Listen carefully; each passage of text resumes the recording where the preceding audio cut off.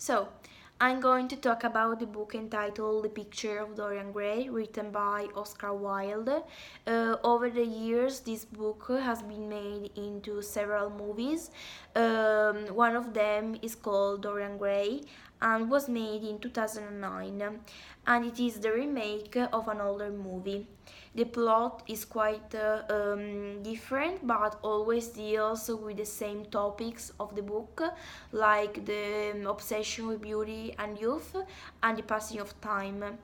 I found it more superficial than the book because there are less philosophical reflections than the book. The story is set in the city of London, and it is a classic example of the aestheticism of the late 19th century's English literature.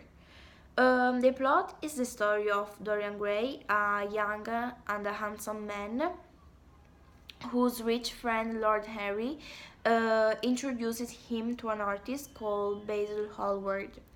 The painter makes a picture of Dorian who is very outstanding that Dorian starts wishing he could stay young and attractive forever.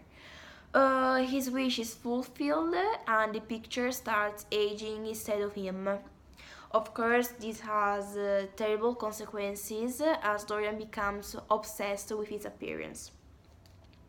I also watched the movie called Victoria and Abdul, which revolves around the special friendship between Queen Victoria, an 80-year-old woman, and his servant and then personal assistant Abdul, who came from India.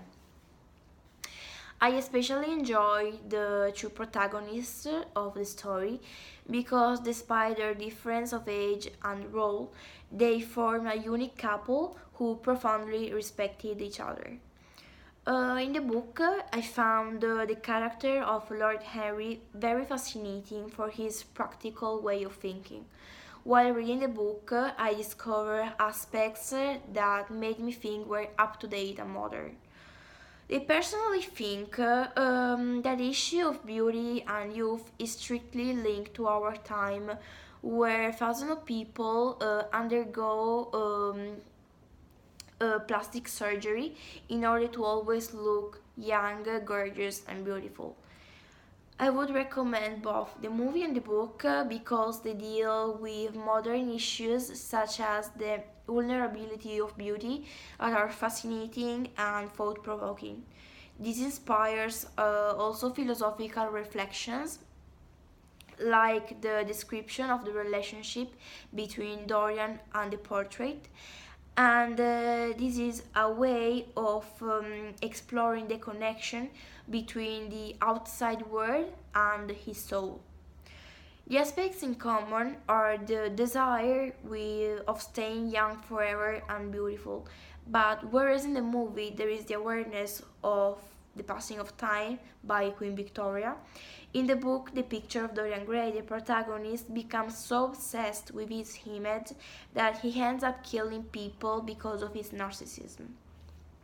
Overall, I would rate both the movie and the book with 4 stars.